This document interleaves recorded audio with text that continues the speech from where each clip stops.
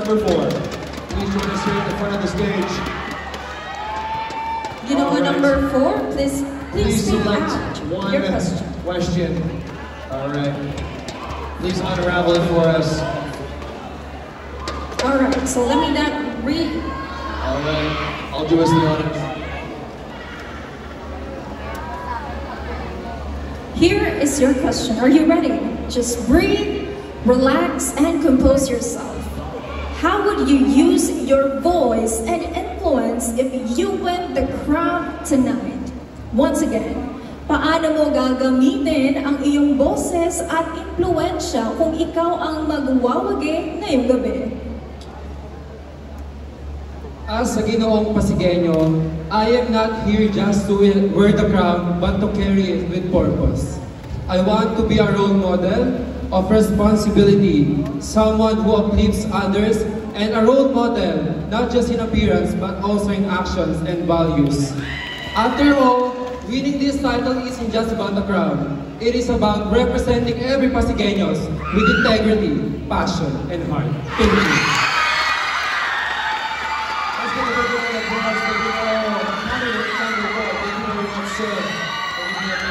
Next up, let's welcome to the front of the stage, number 6. Good evening. How are you tonight? How does it feel to be on this stage, a part of our top 10 semifinalists?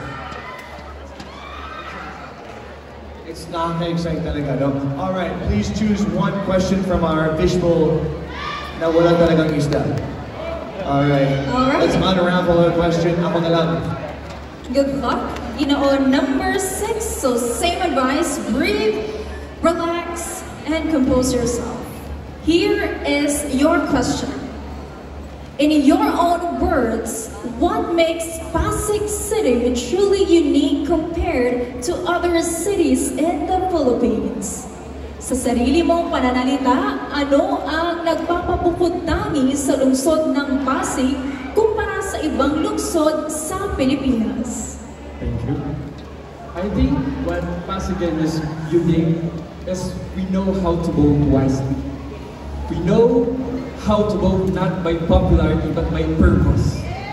And I wanted to carry that, and I wanted to let everyone know that accountability is what the government needs when people demand it. And just like Mayor Vico Soto, I wanted to carry that passion. I wanted to be with that, to lead with compassion, empathy, and wisdom. Thank you. Thank you so much. We're on number 6. Thank you very much. You know, number 6. And a reminder, audience, to please stay quiet. Exciting that the question and answer natin, pero let's remain quiet as our candidates are answering their question, para ultimate focus talaga. Okay, next up, ladies and gentlemen, let's welcome, number 9. He's been waiting very patiently.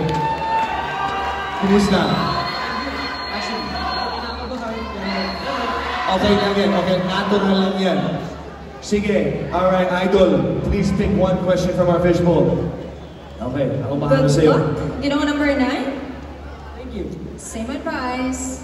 Breathe, relax. Listen carefully. Here is your question. How would you convince someone who has lost hope to believe in themselves again? Paano mo hihikayatin ang isang taong nawalan ng pag-asa na muling maniwala sa kanyang sarili?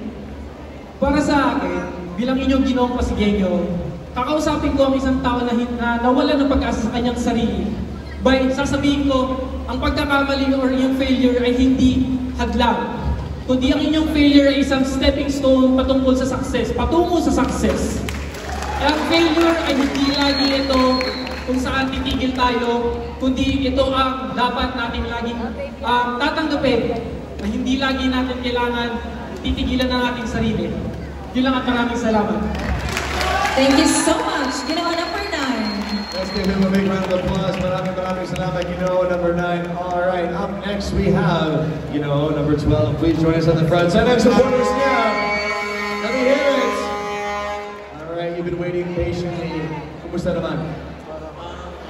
I feel nervous right now, but I would like to say that I'm very, very proud with my fellow candidates as they represent their advocacy so well during the last preliminary competition. So no matter what happens, I'm very, very proud with them and with our brother. Fantastic. Wala pang question and answer, ha? Ito na. I-save mo yan. I-save mo yung energy. Pero tama yung energy, ha? Sakto. Alright. Kunin natin yung question. Ikaw bahala. Please choose your lucky question. You don't have to. Alright. Here we go. Once again, everybody, please refrain from making unnecessary noise while the candidate is answering. Alright. Here we go. Your question is, if you could describe the true essence of being a Ginoong Pasigueño in one word, what would it be and why? Sa Tagalog, kung maaari mong ilarawan ang tunay na diwa ng pagiging Ginoong Pasigueño sa isang salita, ano ito at bakit? Magandang gabi, that would be purpose. As you can see, I'm an SK Kagao of my community and someone I've already showed to my people, which is the youth, my expertise and experience to them. And identifying your true purpose with them also make you understand what you can do to your people. And that what's make a true Ginoong Pasigueño 2025 today. And I hope that this will be a full responsibility up to us. As you can see, this is a testament that I can try to educate, empower, and emancipate my people. Because the true Ginoong Pasigueño should be a quintessence of greatness and a catalyst of change. Thank you so much. Thank you so much. Ginoong number 12. Yes, I love that answer. A catalyst of change. Good purpose talaga. Okay, let's welcome up next candidate number 50. Let's give him a big round of applause. Senang supporters, yeah, let me hear it. Alright, how are you? How does it feel to be part of our top 10 semifinalists? Well, I can still believe that you're already in top 10. May the best man win. May the best man win. Well said, my brother. Okay, please choose one question from our fishbowl. Good luck. Okay. Good luck, Going candidate for the number kill. 15. Ito na, here's your microphone. And here is your question. Listen carefully, okay? Your question is, if you could create one project for the youth of Pasig, what would it be? Sa Tagalog, kung makakagawa ka ng isang proyekto para sa kabataan ng Pasig, ano ito at bakit? If I could create one project for the youth of Pasig, it will align to my advocacy, raising mental health awareness among them. I will use my platform to promote safe spaces in our barangays and schools, because men are known to not show their emotions, not expressing their feelings. Men are not always vulnerable, so it's time to break the stigma. Let's build Pasig where no one feels alone, where peace begins with understanding. Thank you. Thank you so much. Number 15. What a great advocacy. No man stands alone. Ay, malungkot ako palagi eh.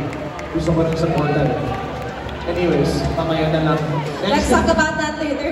Next up, let's welcome Ginoong 13 to the front of the stage. Please take center stage. Good Hello supporters niya. to the fans.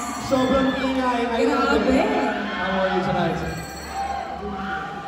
How does it feel to be on this stage in front of your supporters? May message ka sa mga supporters mo? I'm just so very grateful to have you tonight.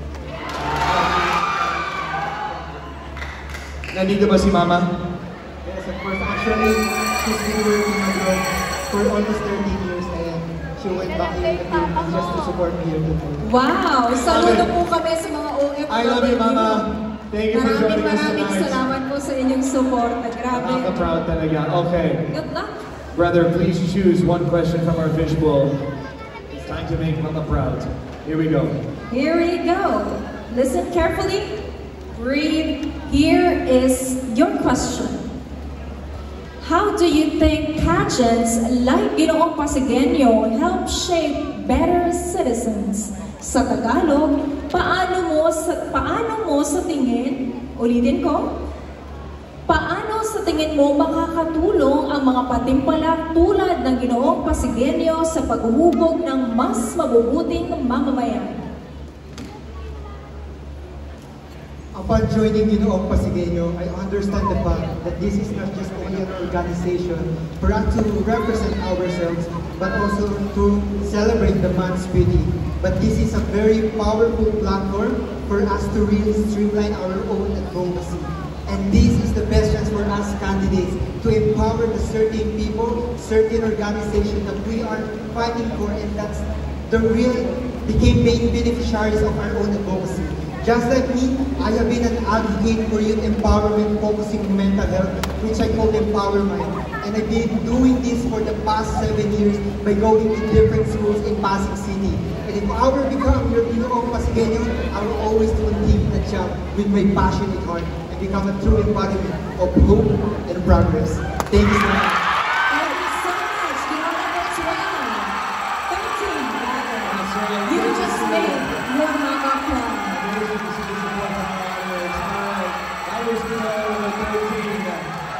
Sige na, upo na kayo, tapos na. Tapos na. Hindi talaga sila matigil eh, no? Grabe talaga ang energy ng mga taga-Pasig. Sige na. Good job. Alright, next up we have Ginoo number 11. Let's give him a big round of applause. Let's go! Ginoo number 11. You've been waiting very patiently. How does it feel to be on this stage in front of our amazing audience? I'm so excited. I love it. Ready, Pegan? Let's do this. All right, please choose one question. All right. Go in for the kill. This is it. This is your moment to shine. Listen carefully. Breathe. This is your chance. Your question is, if you could send one message to the world about Pasig City, what would it be? Sa Tagalog, kung makakapagpadala ka ng isang mensahe sa buong mundo tungkol sa lungsod ng Pasig, ano ito? I will do what I know best. Performance, storytelling, and real connections. As a dancer and choreographer for 11 years, I'm proud to say that I am product of our beloved city. It is the reason why I am here today, and I will use my experience to showcase our culture, our talents, our dancers, and the talents of our local artists that reach beyond our borders. Let us always remember, everyone, that Pasig has so much heart and history. And as a Ginoong Pasigueño, I want the world to experience that, not just by watching, but by feeling it the way I had my whole life. Thank you and good evening. Thank you so much. Ginoo Ginoo number number 11. 11. Yes, thank you for your very confident and concise answer. Ladies and gentlemen, he did a great job. Let's welcome to the front of the stage, candidate number 7. Time supporters now, let's make some Para noise. supporters sa Ginoo number 7. Ano mga tarpaulins? Marami rin siyang supporters ngayon dito. Okay. Hello! May message ka para sa mga supporters mo. Thank you sa mga support natin. Lalo na sa magulang ko, sa pamilya ko. Thank you lang sa parte ng barangay. Thank you. Alright, Ginoo number 7, it's time to make your parents proud. That's right. Let's go in for the kill. Please choose your question for our final answer and question portion. Here we go. This is your time to shine. Your question is, what is one small act that every Pasigueño can do daily to make this city a better place? Sa Tagalog, ano ang isang simpleng bagay na magagawa ng bawat Pasigueño araw-araw upang mas maging maganda ang lungsod? Maraming salamat po. Para sa akin, isang bagay lang, simple, na gawin para sa ikabubuti ng Pasig ay magkaroon tayo ng disiplina. Disiplina sa sarili, disiplina sa iba. Dahil kung meron po tayo nito, ay magtutulungan tayo dahil tayo lang din ang dahilan ng pag-unlad ng Pasig. Kaya bilang Ginoong Pasigueño, nais kong sabihin sa lahat na magkaroon tayo ng disiplina sa sarili at sa ibang tao upang matulungan sila at makatulong tayo sa pagunlad dahil sa Pasig ng Pag-asa. Thank you po. Thank you so much. Ginoo number 7. Alright, thank you very much, Ginoo number 7. Let's give him a big round of applause. Up next, ladies and gentlemen, we have Ginoo number 5.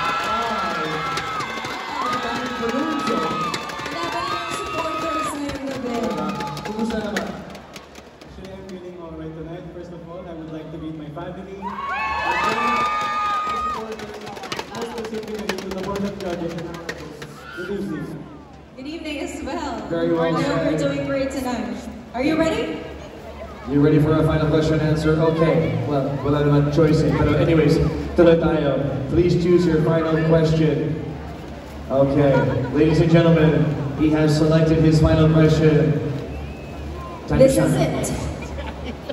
Here is your question, Ginoo number 5. What is your message to the next generation of Pasigueños? Sa Tagalog, ano ang iyong mensahe sa susunod na henerasyon ng mga Pasigueños? Good evening. In my opinion, I would like to send a message to the next generation of Pasigueños. I would like to say, trust in yourselves. In my opinion, self-confidence is the key and the basic foundation of being a Ginoong Pasigueño. Because in my opinion, and I believe that when you have your self-confidence, all your attributes will be enhanced and you can do great things in life. And in this competition, Ginoong Pasigueño, I have learned so many things. Most specifically, reminding myself that I should be confident with my skills. And I should be inspiring other people to be confident as well. So everyone, I would like to send a message that we are the most unbreakable and unstoppable backbone of our city, our beloved Pasig City. Thank you.